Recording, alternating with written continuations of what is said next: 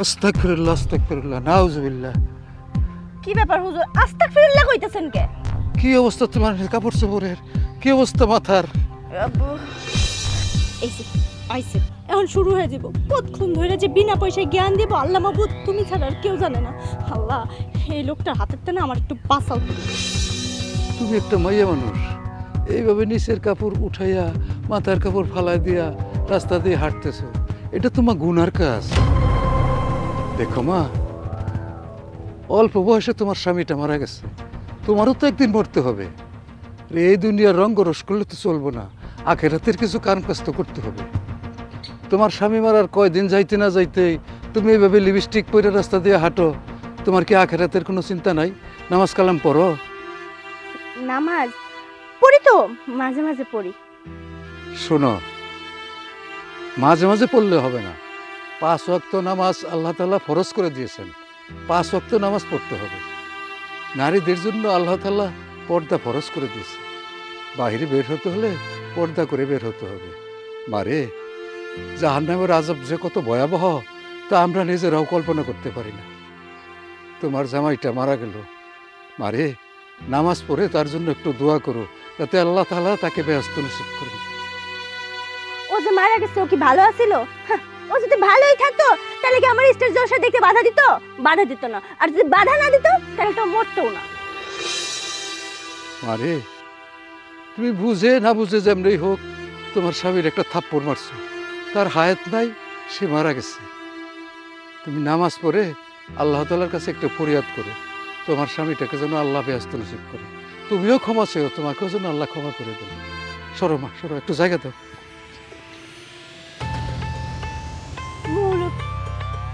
তোর তো হাতে নাতে পাইতাছি না, যেদিনকে হাতে নাতে পাবো না সেদিনকে যে তোর কি অবস্থা হইব খালদা মাহবুব ছাড়া আর কেউ কইতে পারে না।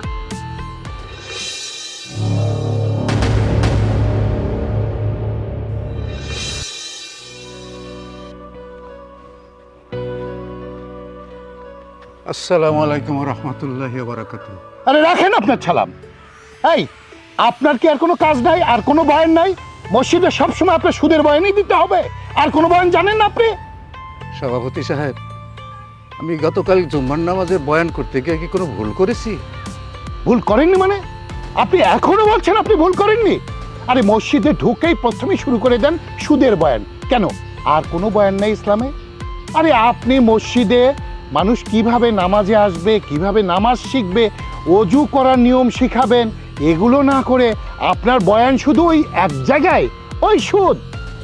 আর তো ভালোই চর্বি ধরাইছেন শরীরে, হবে না কেন? এই গ্রামের প্রতিটা বাড়িতে এক এক বাড়িতে এক এক দিন খায়, বেচারারা সপ্তাহে একদিনই ভালো খায়, ওই দিনে আপনাকে ভালো খাওয়ায়। এই খেয়ে খেয়ে চর্বি ধরে গেছে না, কোনো কথা কানে যায় না। এটা তো আমার মনের কথা না, কোরআন হাদিসে যা উল্লেখ আছে এইটা আমি মুসল্লিদের সামনে বয়ান করেছি। আচ্ছা, হাদিসে কি সুদ ঘুষ ছাড়া আর কোনো বয়ান নাই? এই যে আলমগীর তার মাকে বাড়ি থেকে বের করে দিল সমস্ত সম্পত্তি নিয়ে, ওরা 2 ভাই, তো আপনি এগুলো বয়ান দিতে পারেন না, এগুলো বুঝাইতে পারেন না? তাহলে গ্রামের লোক আর এরকম কাজ করে না? আর এই যে জমিলা তার স্বামীকে থাপড়ায় মেরে ফেললো, এখন সে লিপস্টিক দিয়ে ঘরে, কই আপনার চোখ সেখানে যায় না? আপনি তারে বুঝাইতে পারেন না? আপনি হেদায়েতের বাণী তার কাছে দিতে পারেন না? আপনি রয়েছেন শুধু ওই সুদ দিয়ে। কেন, সুদ ছাড়া কি আর কোনো বয়ান নাই আপনার চোখে পড়ে না? সভাপতি সাহেব, হাদিসে উল্লেখ আছে শুয়োর খাইতে নিষেধ করেছে 1 বার, আর সুদ ঘুষের কথা নিষেধ করেছে 70 বার। অথচ আমরা শুয়োরের নাম 1 বার নিলে আমরা অজু করি, আর সুদ ঘুষ ঠিকই খাই। আমরা যারা জেনে না জেনে সুদ ঘুষ খাই তাদেরকে বোঝানোর জন্যই আমি এই বয়ানটা করেছি। আপনাকে এর আগেও আমি কয়েকবার বলেছি, আপনি আমার কোনো কথাই শোনেননি। আপনি মসজিদে ঢুকেই ওই সুদের বয়ান শুরু করে দেন। শোনেন হুজুর, আর কখনো যদি আপনি মসজিদের ভিতরে আবার এই সুদের বয়ান করেন তাহলে আপনার কপালে দুঃখ আছে, আপনার চাকরি তো যাবেই, আপনাকে এই গ্রাম থেকে আমি বের করে দেব, কথাটা মাথায় রেখে।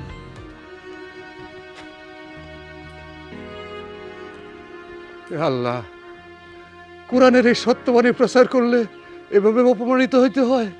আল্লাহ, তুমি রহমত দান করো, সভাপতি সাহেবকে তুমি হেদায়েত দান করো। আল্লাহ, আমিন সুম্মা আমিন।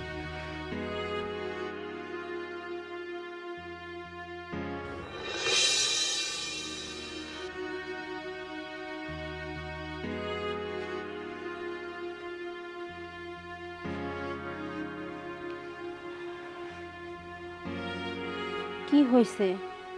মন খারাপ কেন? কিছু হয়েছে? না বউ, তেমন কিছু না। আসার সময় মসজিদের সভাপতির সাথে দেখা হয়েছিল। মসজিদে জুম্মার সময় সুদ নিয়ে বয়ান করছিলাম, এই জন্য সে আমার উপর রেগে আছে, খুব রাগ করছে।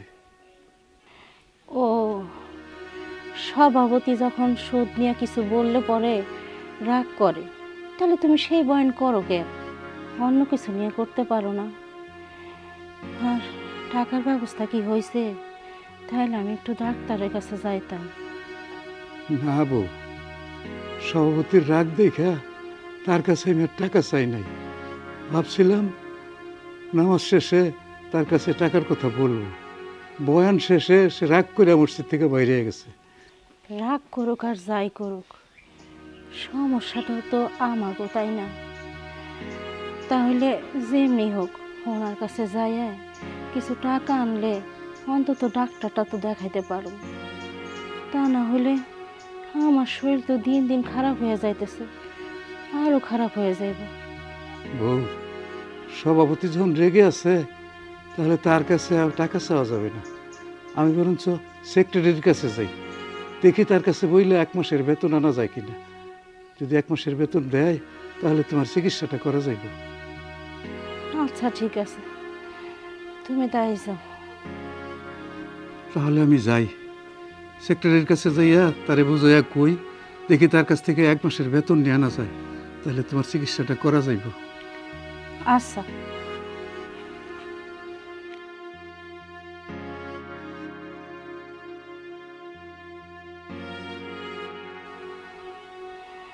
আল্লাহ, কপালে যে কি আছে আমার তো আর ভালো লাগে না। শরীরটা দিন দিন খারাপ হয়ে যাইতেছে।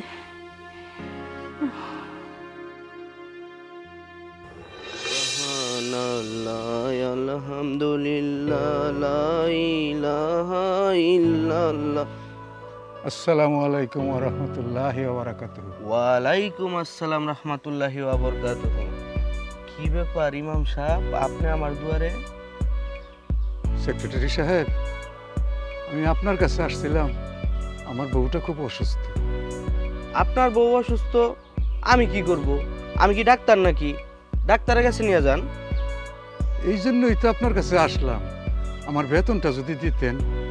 টাকা? এই তো কয়দিন আগে আমি আপনার বেতন বোনাস দিলাম, সেই টাকা দিয়ে চিকিৎসা করান। কয়দিন পর পর শুধু টাকা টাকা করেন। সেক্রেটারি সাহেব, কয়দিন আগে না তো, সেই 6 মাস আগে, 6 মাস আগে ঈদের বোনাস বেতন আমারে দিয়েছেন। এখনো 6 মাসের বেতন আমার বাকি আছে। অন্তত 1টা মাসের বেতন যদি আমারে দিতেন তাহলে বউটার চিকিৎসা করতাম। মাত্র 6 মাস? শোনেন, বর্তমানে মসজিদের ফান্ডে কোনো টাকা পয়সা নাই। যাও কিছু টাকা পয়সা আছে তা হচ্ছে সভাপতির কাছে। আপনি চাইলে সভাপতির কাছে যাইতে পারেন। দেখেন সেক্রেটারি সাহেব, সকালে আমার সাথে সভাপতির দেখা হয়েছিল। গতকালকে আমি সুদ নিয়ে বয়ান করছিলাম, এই জন্য আমার সাথে খুব রাগারাগি করছে। রাইগা থাকবো না। আপনার কে বলছে মসজিদের মধ্যে সুদ ঘুষ নিয়ে কথা বলতে? সুদ ঘুষ নিয়ে কথা বললে তো সভাপতি সাহেব একটু রাগ করবই, আর এই রাগ অবস্থায় আমি সভাপতির কাছে যাইতে পারবো না।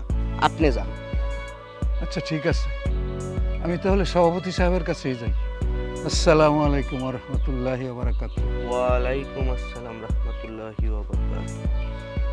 কয়দিন পর পর খালি হ্যাগো টাকা লাগে, খায় মাইনছের বাড়ি। টাকা তো কম দেই না, অনেক টাকাই দেই, তবে খালি কয়দিন পর পর টাকা লাগে। কয়টা জানি গুনছিলাম, ভুলে গেলাম তো। দূর, শুরু করি আবার নতুন করে। আল্লাহ আল্লাহ। এই জামেলা, এদিকে আয়। কি হয়েছে কোন? আমার তোর চোখে বাদে না? হ্যাঁ, সালাম দিলি না কেন?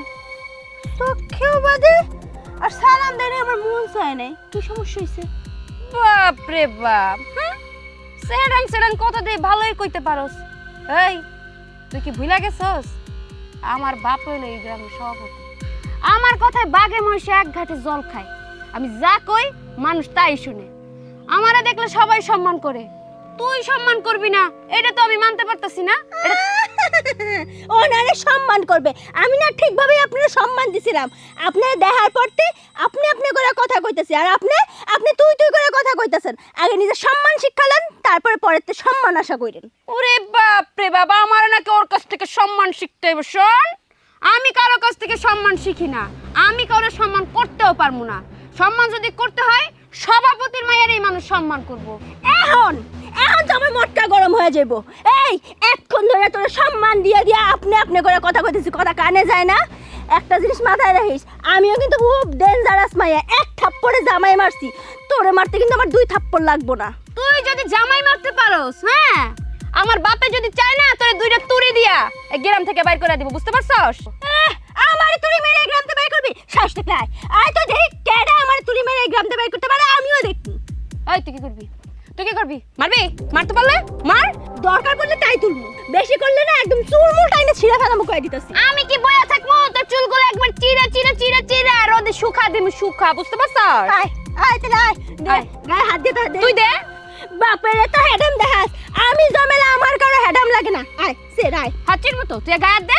তুই আগে গায়ে দে। আয়, তুই আগে আয়, তুই আগে তুই আগে দিয়া দেখ, তুই আগে দিয়া দেখ, তুই দেখ। এই যে জমেলাবু বুঝলাম না, অনেক সময় ধরে দেখতেছি তোমরা যে কি জানি সিরি করতেছো কি?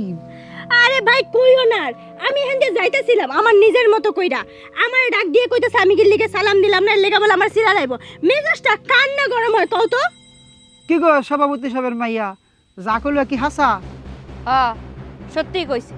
আচ্ছা তুই ক, তুই কি আমার সালাম দিস না? হ্যাঁ দেই। তাইলে পরে এই গ্রামের যত লোক আছে আমারে দেখলে পরে সালাম দেয়, সম্মান দেয়, রেসপেক্ট করে। কিন্তু এই সেরি আমারে দেখে ভাব দেখাইতে দেখাইতে ওভারটেক করে চলে যায়। ওর কত বড় কলিজা! শোনো, ও যে কথা কইছে সত্যি কথা কইছে। ও হইলো সম্মানী বাপের সম্মানী বেটি। তুমি যারা সালাম দাও নাই, ওর যে কতটুকু অসম্মান হয়েছে, তাই না সভাপতি সাহেবের মাইয়া? আমাদের অসম্মান হয়েছে না?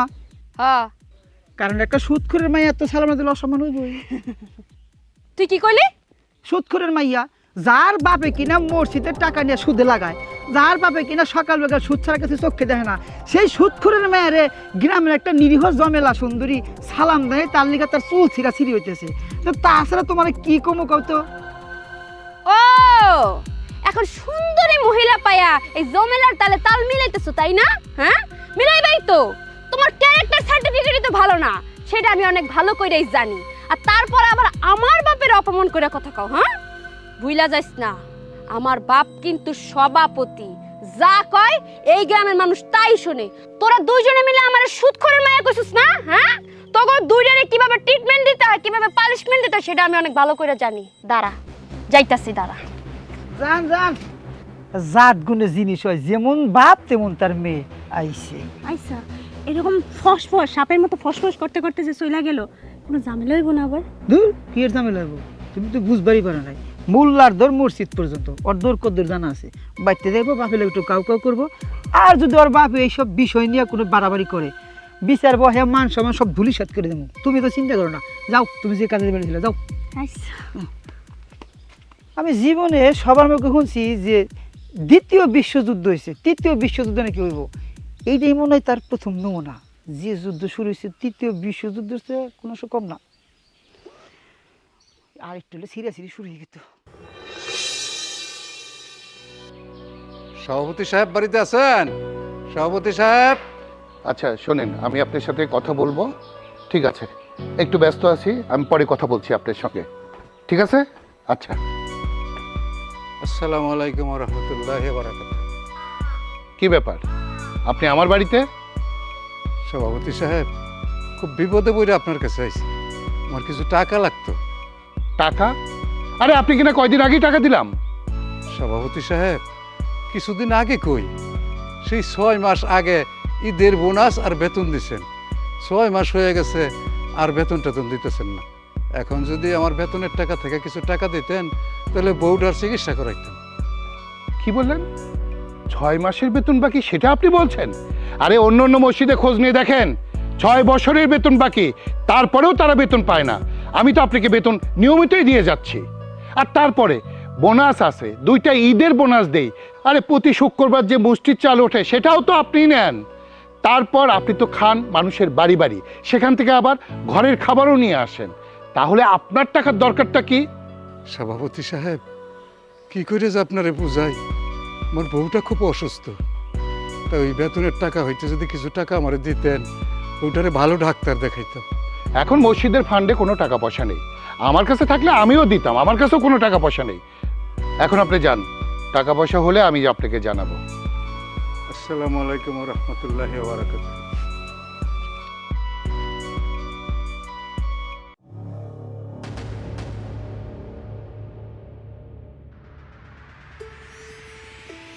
আসসালামু আলাইকুম সভাপতি সাহেব। ওয়ালাইকুম আসসালাম আর রহমতুল্লাহি ওয়া বারাকাতুহু। কি ব্যাপার ফারুক, তুমি আমার বাড়িতে? বড় ভাই বিদেশে যাইবো, ভিসা চলে আসছে, আপনার কাছে আসছিলাম কিছু টাকার জন্য। আরে তোমার বড় ভাই বিদেশে যাচ্ছে, ভিসা চলে আসছে? তা কোন দেশে যাচ্ছে? সৌদি আরবে। সৌদি আরব? আরে টাকার জায়গায় যাচ্ছে টাকা। তোমার ভাই গেলেই অনেক টাকা বেতনে কাজ করতে পারবে।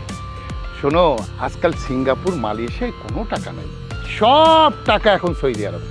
যেহেতু তোমার ভাই সৌদি আরব যাচ্ছে, অনেক টাকা কামাই করবে। আমার পার্সেন্টেজ কিন্তু একটু বাড়াই দিতে হবে। অবশ্য মালয়েশিয়া সিঙ্গাপুর হলে আমি আগের টাকাই রাখতাম, তোমার কাছে পার্সেন্টেজ বাড়াতাম না। সভাপতি সাহেব, আপনি তো লাগে আগে 10,000 টাকা করে সুদ নিতেন, তাই এখন কত করে নেন? আরে বেশি না, এখন মাত্র 20,000 টাকা নিচ্ছি। তা তোমার কত টাকা লাগবে? আমার তো লাগবো 1.5 লাখ। তো 1.5 লাখে তো 30,000 টাকা সুদ আছে। আহা ফারুক, দেখতে হবে তো তোমার ভাই যাচ্ছেটা কোথায়। তোমার ভাই যাচ্ছে সৌদি আরবে। আরে 2-3 মাসের মধ্যেই তো আসল টাকা শোধ করে তোমরা চলে যাবা। তুমি কাল বিকেলে এসে 1.5 লাখ টাকাই তো নিয়ে যাও। ঠিক আছে সভাপতি সাহেব, আসসালামু আলাইকুম। ওয়ালাইকুম আসসালাম ওয়া রাহমাতুল্লাহি ওয়া বারাকাতুহু।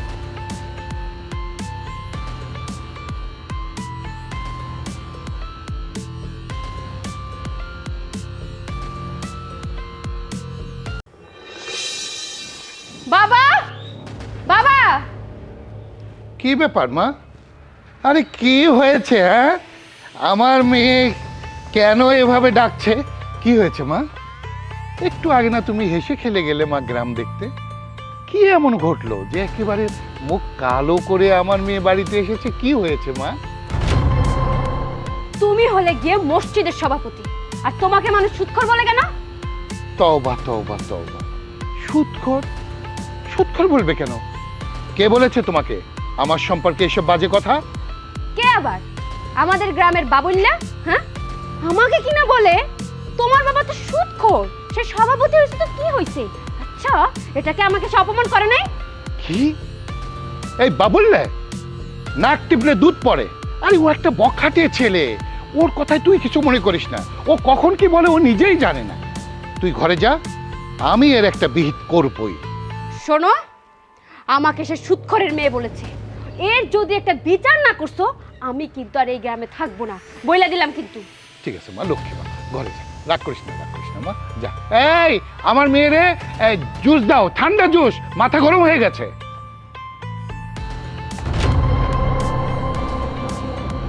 বাবুল্লা, খুব বার বেড়ে গেছে না? তোকে যদি আমি হাতের নাগালে পাই, তোর হাত পা ভেঙ্গে হাতে ধরিয়ে তোকে ভিক্ষার থালি নিয়ে যদি না বসাই, আমার নাম লোটন তাজ না। রমজান মিয়া, রমজান মিয়া,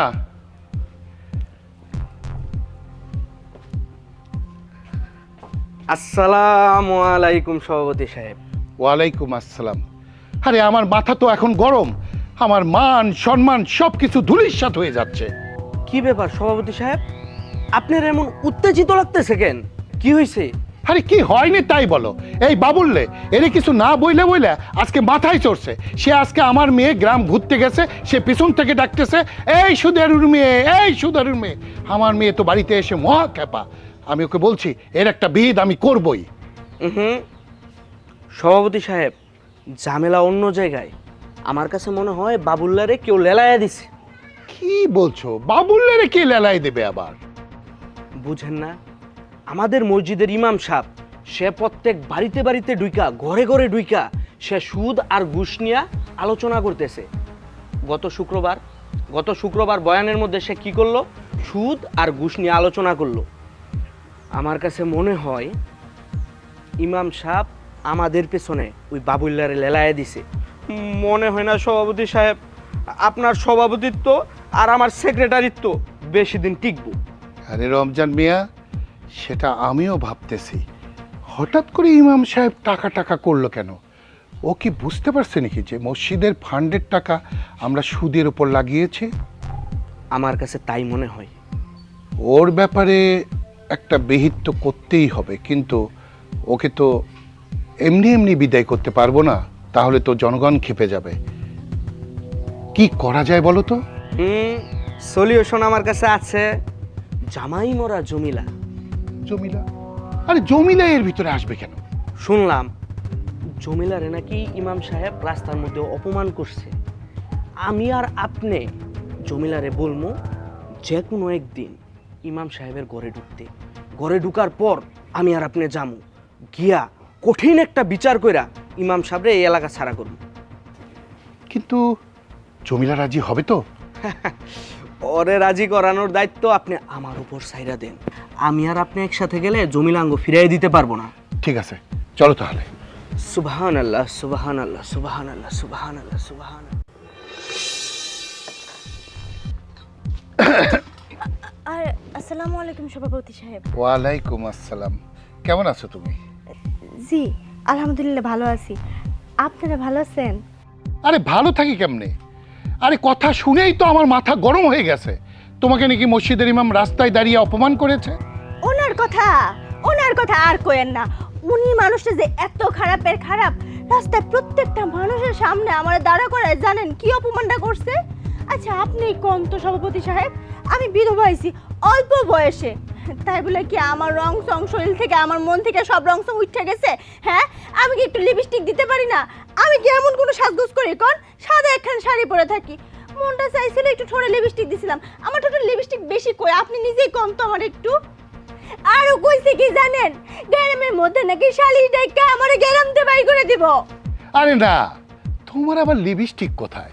তোমার ঠোঁট তো এমনি সুন্দর। এই ইমাম শুধু তোমাকে অপমান করেনি, আমাদের দুইজনের পিছনে যেভাবে লেগেছে তাতে ওকে তো আর এখানে রাখা যায় না। কিন্তু ওকে যে আমরা বরখাস্ত করব সেটাও তো পারবো না, কেননা সারা মুসল্লি ওর পিছনে আছে। ওকে এমন একটা কায়দায় ফেলতে হবে যেন ও নিজেই এই গ্রাম থেকে, এই এলাকা থেকে চলে যায়। তার জন্য তোমার একটা সহযোগিতা লাগবে। আমার সহযোগিতা? আমি কেমনি সহযোগিতা করবো? বলছি সব বলছি। রমজান মিয়া, তুমি বুঝিয়ে বলো। জমেলা, তোমার বেশি কিছু করতে হইব না। তুমি ছোট্ট একটা হেল্প করবা। হেল্পটা হইল, তুমি ইমাম সাহেবের হাতে পায়ে দইরা হোক, যেইভাবে হোক, তুমি শুধু একটা রাত ইমাম সাহেবের বাসায় থাকবা। আমি আর সভাপতি সাহেব পরের দিন সকালে যাবো, গিয়া বলবো কি জমেলা, তুমি ইমাম সাহেবের বাসায় কি করতেছ? তুমি তখন কান্না কইরা বলবা যে ইমাম সাহেব তোমারে জোর কইরা তার বাসায় নিয়ে গেছে, তারপরেরটা আমরা দেখতেছি। এইটা তো আমার কাছে কোনো ব্যাপারই না। আমিও চাই ওই ইমাম যাতে এই এলাকা ছাড়া হয়, এই এলাকাকে, এই গ্রাম ছাড়া হয়, তাহলে আমি একটু আমার মনের মতো ঘুরতে টুরতে পারবো। শোনো, আজ সন্ধ্যায় তুমি ইমামের ঘরে ঢুকবা। আমরা যতটুকু খবর নিয়েছি ইমামের বউ বাড়িতে নাই, এই সুযোগটাই কাজে লাগাতে হবে। ঠিক আছে? তাহলে কথা কিন্তু ওইটাই রইলো, আজকে রাতেই তুমি যাবে। ঠিক আছে? জি সভাপতি সাহেব। আসি আমি, চলো। ইমাম সাহেব, এবার তো সুযোগ পাইছি। রাস্তাঘাটে যখনই পারো তখনই তুমি আমার সাথে জ্ঞান দিতে আসো। আজকে না জ্ঞান দেওয়ার মজা বুঝাবো।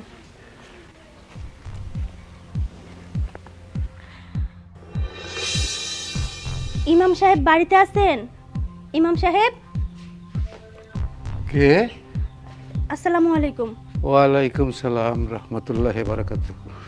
আরে জমেলা, সন্ধ্যাবেলা তুমি আমার বাড়িতে আইছো কেন? ইমাম সাহেব, আমি না একটা বিপদে পড়ে আপনার কাছে আইছি। বিপদ? কি বিপদ তোমার? আসলে হয়েছে কি, আপনি তো জানেন আমি এলাকার সবার লগে খারাপ ব্যবহার করি, ঝগড়াঝাটি করি। আজকে না কয়েকটা পোলাপাইনের লগে ঝগড়া করছিলাম। পোলাপাইনগুলো যে ভালো না আমি বুঝতে পারি নাই। আমার থ্রেট দিয়ে গেছে, আমার নাকি বাসাতে উঠাই লয়ে যাইব। ইমাম সাহেব, আপনি আমার বাঁচান। জানেন তো যে আমার জামাই নাই, বাসার মধ্যে একলা থাকি। হুট করে যদি ওরা এসে আমার কোনো ক্ষতি করে ফেলে, তখন তখন আমি এই মুখ কাড়ে দেখামু কোন? আপনি আমার একটু আশ্রয় দেন না। আপনি ছাড়া কোনো গতি নেই আমার। এলাকার সবার লোকে খারাপ ব্যবহার করি, কেউ তো আমার জায়গা দিব না। শাস্ত্র এটা আপনি ওরা ফিরাই দিয়েন না। এটা কি করে সম্ভব জামালা? আমি একা মানুষ, বউটা বাড়িতে নাই, অসুস্থ, টাকার জন্য চিকিৎসা করতে পারি না, তাই বাপের বাড়ি দিয়েছি। তা আমার সাথে এখানে তুমি একা কি করে থাকবা? এলাকার লোকজন জানলে বদনাম হয়ে যাবো না? ইমাম সাহেব, আমি তো জানি আপনি মানুষটা কেমন। আমি ঘরের এক কোনায়, অন্য রুমে এক কোনায় পড়ে থাকবো। আপনি ছাড়া আমি কোনো জায়গায় যাওয়ার ভরসা পাইতেছি না। আপনি আমার এমনভাবে ফিরাই দিয়েন না দয়া কইরা। না জামেলা, এটা কিছুতেই সম্ভব না। তুমি অন্য কোথায় থাকার ব্যবস্থা করো। ইমাম সাহেব আমার বাঁচান ইমাম সাহেব, নাইলে ওরা আমার মেরে ফেলাইবো। ওঠো ওঠো, ঠিক আছে, আচ্ছা ঠিক আছে, আসো ঘরে আসো।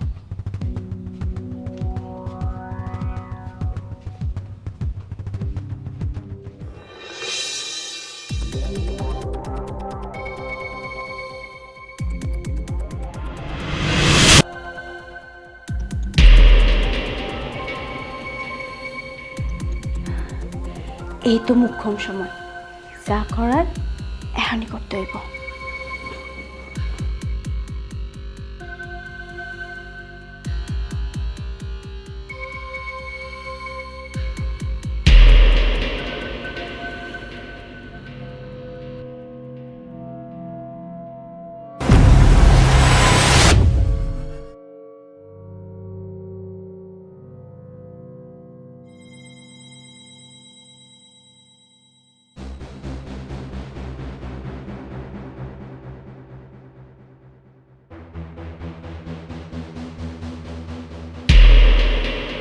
আল্লাহ আমিন। আল্লাহ, আমার ঘরে একজন বিধবা মহিলা অসহায় রুমালা বেগম, সে বিপদ করে আমার ঘরে আশ্রয় নিছে, আমি তার আশ্রয় দিছি। আল্লাহ, সে তার স্বামীরে খুন করছে, তারে তুমি ক্ষমা করে দাও আল্লাহ। হে আল্লাহ, আমার জীবনে যদি কোনো ভালো কাজ কর্ম করে থাকি, তার বিনিময়ে হলেও তাকে তুমি ক্ষমা করে দাও আল্লাহ। হায় আল্লাহ, আমি কার ক্ষতি করতে আইছিলাম, কারে ফাঁসাইতে আইছিলাম? যে মানুষ কিনা আমায় নিয়ে এত চিন্তা করে, আমি যাতে বিপদে না পড়ি তার লাগে এইভাবে দোয়া করতেছে। আর আমি সি সি সি, আমি কেমন মানুষ? হ্যাঁ, আমি কিনা এই মানুষটারে ছি, না না, আমি এই মানুষটার কোনো ক্ষতি করতেই পারবো না।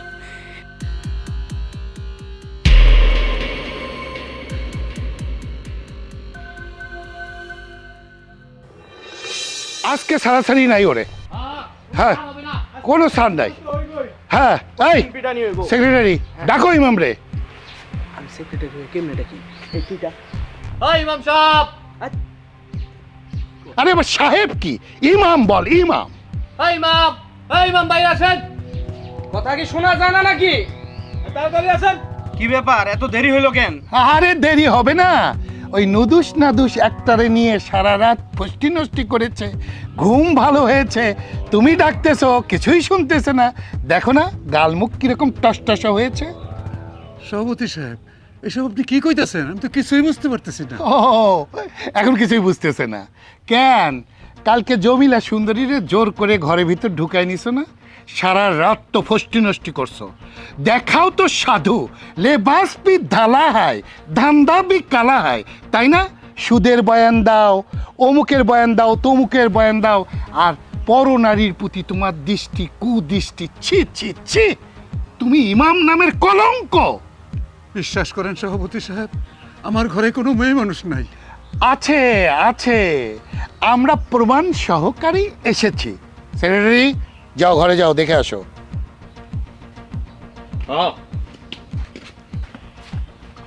বাঁচাইতে পারলাম না মনে হয় ইমাম সাহেব। কত বুঝায় বললাম যে মানুষের নিয়ে এত আলোচনা করেন না, সুদ ঘুষ নিয়ে কথা বললেন না, মনে হয় ফাইসা গেছেন। শেষ, বাঁচাইতে পারবো না মনে হয়।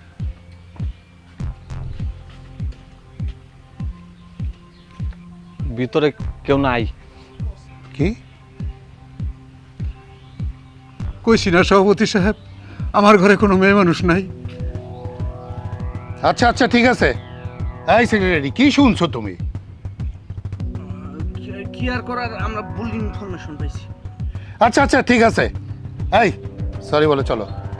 আমি সেক্রেটারি হয়ে কিভাবে সরি বলি? এই বেটা, তোরা ভুল ইনফরমেশন দিছস, সরি ক। আমি মেলা কাম করছি, আমি কইতাম না। সরি ক। সরি। ঠিক আছে চলো।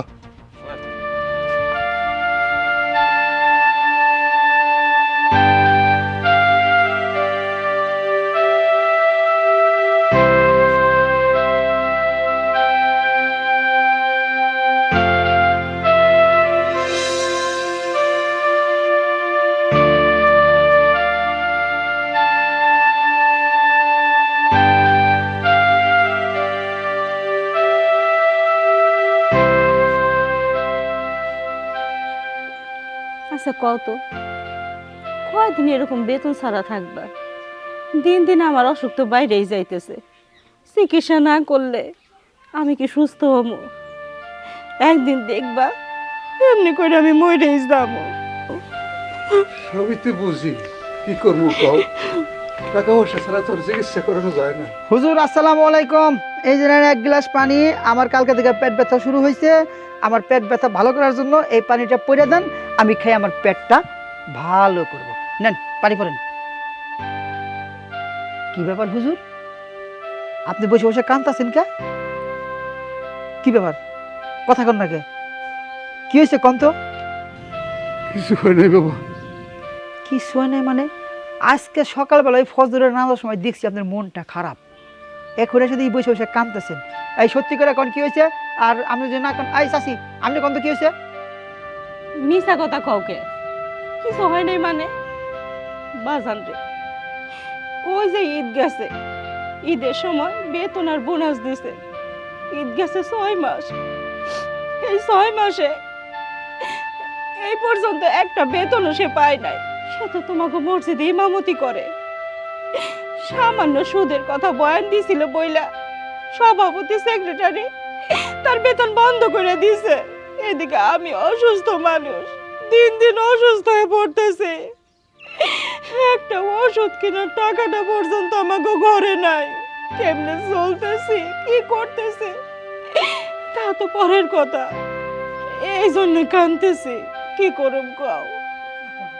কি কোন চাচি, 6 মাস ধরে বেতন দেয় না? সেই ঈদের মধ্যে যে আমরা টাকা কালেকশন করে দিছি সেই টাকা দিছে। এই হুজুর, চাচি কি কয়, হাসান আমিছে? সত্যি করে কোন তো, সত্যি কি আপনার 6 মাস ধরে বেতন দেয় না? আপনার টাকা পয়সা লেগে সেক্রেটারি সভাপতি অপমান করছে? সত্যি করে কোন তো? আচ্ছা এই বাবা, 6 মাস ধরে আমার কোনো বেতন দেয় না। আমি প্রতি মাসে বাইতে বাইতে চাইল টাকা উঠিয়ে টাইম মতো জমা দেই, কারো বাইতে একটা টাকা বাকি নাই, অথচ আপনার 6 মাসের বেতন বাকি।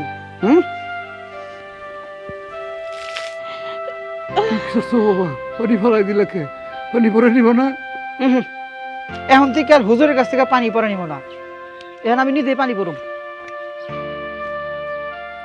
দিলা, আমার চাকরিটা শেষ করে দিলা। চাকরিটা আর থাকবো না। চাকরি থাইকেই বাকি, না থাইকেই বাকি। যে চাকরিতে কোনো বেতন নাই সে চাকরি চাকরি করে নাকি?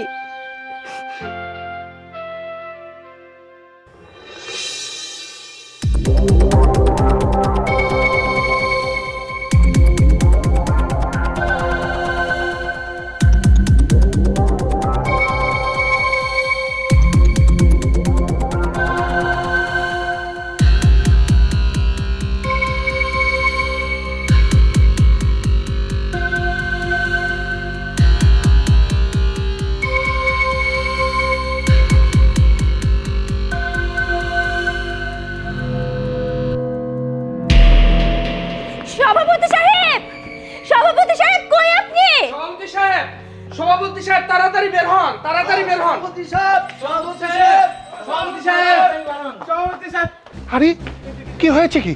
হ্যাঁ, মহামারী আইছে, আমগো গ্রামে মহামারী আইতেছে। আমগোরে বাঁচান সভাপতি সাহেব, তাড়াতাড়ি বাঁচান। মহামারী? কি বলছো? মহামারী কি কইতাছেন আপনি? আপনি কিছুই তো জানেন না। পাশের গ্রামে দেখি মানুষজন শত শত মারা যাইতাছে। এইটার একটা দোয়া আছে যেটা আমগো হুজুর জানে। এত করে হুজুরে কইলাম যে হুজুর দোয়াটা আমগোরে পয়রা দেন, যাতে আমগোর উপরে এই মহামারী কোনো রকম আসর না করতে পারে। কিন্তু কিন্তু হুজুরে কোনো দোয়া পড়ায় না। সভাপতি সাহেব, যেইভাবেই হোক এই গ্রামের মানুষকে বাঁচাইতে হইব, আমাদের বাঁচতে হইব। আচ্ছা, হুজুর দোয়া পড়ছে না কেন? হুজুর দোয়া পড়বো কেমনে? কেমনে পড়বো আমারে কোন? 6টা মাস ধরে বলে ওনারা কোনো বেতন দেন না। আম করতে তো ঠিকই টাকা নিতেছেন, কিন্তু ওনারা দেন না। তাইলে উনি কি আম করে বাঁচাইবো?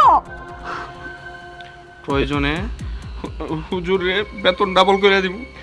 আরে হ্যাঁ হ্যাঁ, 6 মাসের বেতন কেন, অগ্রিম 1 বছরের বেতন দেবো, তবু দোয়া হুজুরকে পড়তেই হবে। ইয়ে, ঠিক আছে, চলো তাহলে আমরা সবাই মিলে হুজুরের কাছে যাই। যে করে হোক আমার গ্রামের লোকজনকে বাঁচাতেই হবে আমার। আমরা হুজুরের কাছে যাব। হুজুর যদি না শোনে, দরকার হলে হুজুরের পা ধরবো আমরা। কি বলো সেক্রেটারি? জি জি হ্যাঁ, চলো সবাই, চলো চলো আমার সাথে, চলো। আসো সবাই, আসো আসো, তাড়াতাড়ি আসো।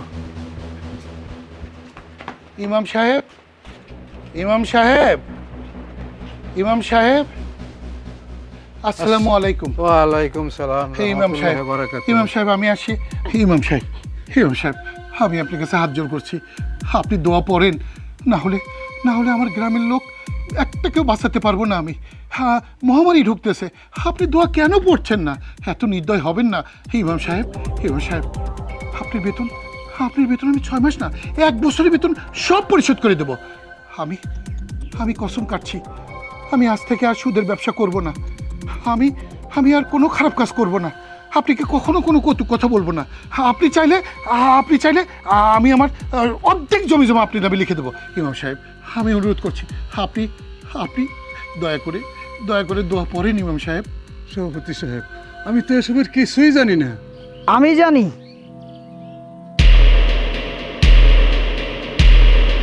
সভাপতি সাহেব, এই যে আপনি বর মজলিসে বললেন ইমাম সাহেবের সম্পত্তি দিবেন, 1 বছরের টাকা অগ্রিম দিবেন, ইমাম সাহেবের আরও কত চাহিদা পূর্ণ করবেন, কথাটা কি সত্য? মন থেকে বলছেন? সত্যি দিবেন তো সব? আমি লোটন তাজ, একবার যে কথা বলি সে কথা আমি অক্ষরে অক্ষরে রাখি। তাহলে আমি সব ক্লিয়ার করে বলি, মন দিয়ে শুনুন। ইমাম সাহেব কিচ্ছু জানে না, কারণ এই যে গ্রামের ভিতরে এই মহামারী নামের রোগ নিয়ে যে কথাগুলো শুরু হয়েছে, এটা আসলেও ইমাম সাহেব কিচ্ছু জানে না। এই সব করেছি আমি এই গ্রামের প্রত্যেকটা মানুষের কানের ভিতরে এই মহামারী রোগের কথাটি কানে ঢুকিয়ে দিয়েছি, যাতে পুরো গ্রাম ছড়িয়ে যায় আর আপনার কানে চলে আসে। যা চেয়েছিলাম তাই হয়েছে। এই কাজ কেন করেছি? অবশ্যই সবার মনে প্রশ্ন, কেন আমি এই কাজটি করলাম? এই কাজটা এই কারণে করলাম, আমি এই ইমাম সাহেবের কাছে আসছিলাম 1 গ্লাস পানি পড়ার জন্য। এসে দেখি ইমাম সাহেবের বউ অসুস্থ হয়ে বিছানায় কাতরাচ্ছে, আর ইমাম সাহেব পাশে বসে কান্নাকাটি করছে। প্রশ্ন করলে বলে 6 মাস ধরে ইমাম সাহেবের বেতন আপনারা দেন না। কেন সভাপতি সাহেব, কেন? আমরা গ্রামের থেকে টাকা পয়সা সব উঠিয়ে ইমামের বেতন তো ঠিকমতো দিয়ে দিয়েছি, আপনি সে টাকা দেননি। সে টাকা কি করেছেন? আপনি সুদে লাগিয়েছেন। ছি সভাপতি সাহেব, একটা মসজিদের ইমামের বেতনের টাকা যখন সুদে লাগান, আপনার শরীরে কোনো মানুষের রক্ত আছে? মানুষ বলবে আপনার শরীরের ভিতরে মানুষের রক্ত আছে? সভাপতি সাহেব, আপনি ইমাম সাহেবের টাকা দেননি। একটা ইমাম সাহেবের বেতন কত? মাত্র 8 থেকে 10,000 টাকা। এই 10,000 টাকা বেতনে একজন ইমাম তার সংসার চালায়। এই 10,000 টাকা বেতনে ওই ইমাম তার সন্তানকে লালন পালন করে মানুষের মতো মানুষ করে। একজন ইমাম 8 থেকে 10,000 টাকা বেতন পেয়ে তার সংসার চালায়। ওই 8 থেকে 10,000 টাকায় তার সংসারে কোনো অশান্তি নেই, হাসি আনন্দে তার সংসার চলে যাচ্ছে। আপনি তো লাখ লাখ টাকা কামাই করেন, আপনি তো কোটি কোটি টাকা কামাই করেন। এত টাকার মালিক হয়ে বুকে হাত দিয়ে বলতে পারবেন যে আপনার বাড়িতে সুখ শান্তি আছে? এই বয়সে আপনার বউ অন্য পুরুষের হাত ধরে চলে গিয়েছে, বিবাহযোগ্য মেয়ে আপনার রাস্তায় বের হলে মানুষ বলে ওই যে যাচ্ছে সুদখোরের মাইয়া। আপনার ভিতরে শান্তি আছে? একজন ইমামের বউ কোনোদিন দেখেছেন যে অন্যের বাড়িতে 1 কেজি চাল ধারের জন্য গিয়েছে, একটু তরকারির জন্য গিয়েছে? যায়নি। অথচ আপনারা বুকে হাত দিয়ে বলতে পারবেন আপনি লাখ টাকা কামানোর পরেও আপনার বউ কোনো একটা জিনিসের জন্য অন্যের বাড়িতে যায়নি, গিয়েছে। এখন আসছেন ইমাম সাহেবকে সব দিবেন? মৃত্যুর কথা শুনে সব দিবেন? ইমাম সাহেবের মুখ থেকে খাবার কেড়ে নেন, সে কই কই খায় না খায় তার জন্য খোঁটা দেন, তাকে ইচ্ছে মতো গালাগালি করেছেন, আর তার টাকা নিয়ে সুদে লাগিয়েছেন। এই এলাকা সবাই বলে, আরে যাকে সভাপতি বানিয়েছে তার দাড়ি নাই, যাকে সেক্রেটারি বানিয়েছে তারও দাড়ি নাই, তারা মসজিদের সভাপতি সেক্রেটারি কিভাবে হয়? আরে এতই যখন চিন্তা করেন, একটা সভাপতি যখন হয় ও পুলিশের চাকরি করে ঘুষ খেয়ে বুড়িটা বড় করে আইনা যখন আসনে বসে সভাপতির জ্ঞান দান এবং ভাষণ শুরু করে, তখন আপনার কাছে খুব ভালো লাগে। আর যখন একটা নিরীহ মানুষ সভাপতি সেক্রেটারি হয়, তখন কি বলেন, ওরা আছেই কি, ও কিসের সেক্রেটারি হবে? এই যেসব কথা বলেন না, এসব কথার মানে কি জানেন? আপনাদের নিজেদের কাল আপনারা নিজেরাই করে নিছেন। শুনেন, একটা জিনিস চালাতে সবই প্রয়োজন। শুধু দাড়িওয়ালা 5 ওয়াক্ত নামাজিওয়ালা মসজিদের সভাপতি বানিয়ে রাখলে ওই মসজিদে কখনো উন্নতি হবে না। সভাপতি সাহেব, এই এলাকার মানুষ আপনাকে সভাপতি বানিয়েছে মসজিদের, কিন্তু একবার নিজের দিকে তাকিয়ে দেখেছেন? আমাদের নবীর সুন্নত দাড়ি, সেই দাড়িটাও আপনি রাখেন নাই। আপনাকে কি সভাপতির মতো দেখা যায়? আরে আপনার যদি দাড়ি থাকতো, তাহলে এই ইমামের টাকা সুদে লাগানোর আগে ওই দাড়ি দিকে তাকিয়ে হলো আপনার বিবেকে একটা লাড়া দিত যে কেন আমি এই কাজটি করি। এখনো সময় আছে, দাড়িটা রাখেন, আল্লাহর কাছে মাপ চান, কারণ এক পা কবরে চলে গিয়েছে, আর একটা যে কোনো মুহূর্তে যেতে পারে। দেখো বাবুল, সবসময় তোমাকে তুচ্ছ তাচ্ছিল্য করেছি, কিন্তু দেখো তুমি কত সুন্দর করে আমার ভুলগুলো ধরিয়ে দিলে। আসলেই তো আমি টাকার মোহে অন্ধ ছিলাম, কিভাবে টাকা ইনকাম করব সেটাই ছিল শুধু আমার ধ্যান জ্ঞান। আমি মসজিদের টাকা পর্যন্ত সুদের উপর খাটিয়েছিলাম। আমি কত বড় পাপ করেছি আমি সেটা বলে বোঝাতে পারবো না। সংসারে সুখ আসে অর্থে না, ভালোবাসায়। ইমাম সাহেব, অনেক অন্যায় আপনার কাছে করেছি, আপনি আমাকে ক্ষমা করবেন, আর আল্লাহর কাছে একটু দোয়া করেন আমি যেন আর জীবনেও এই ভুল পথে আর না যাই। আল্লাহ, এই মসজিদের সভাপতি সেক্রেটারিকে যে তুমি হেদায়েত দান করছো, এই জন্য তোমার কাছে হাজার হাজার শুকরিয়া আদায় করতেছি আল্লাহ। আমিন সুম্মা আমিন। লা ইলাহা ইল্লাল্লাহু মুহাম্মাদুর রাসূলুল্লাহ সাল্লাল্লাহু আলাইহি ওয়াসাল্লাম।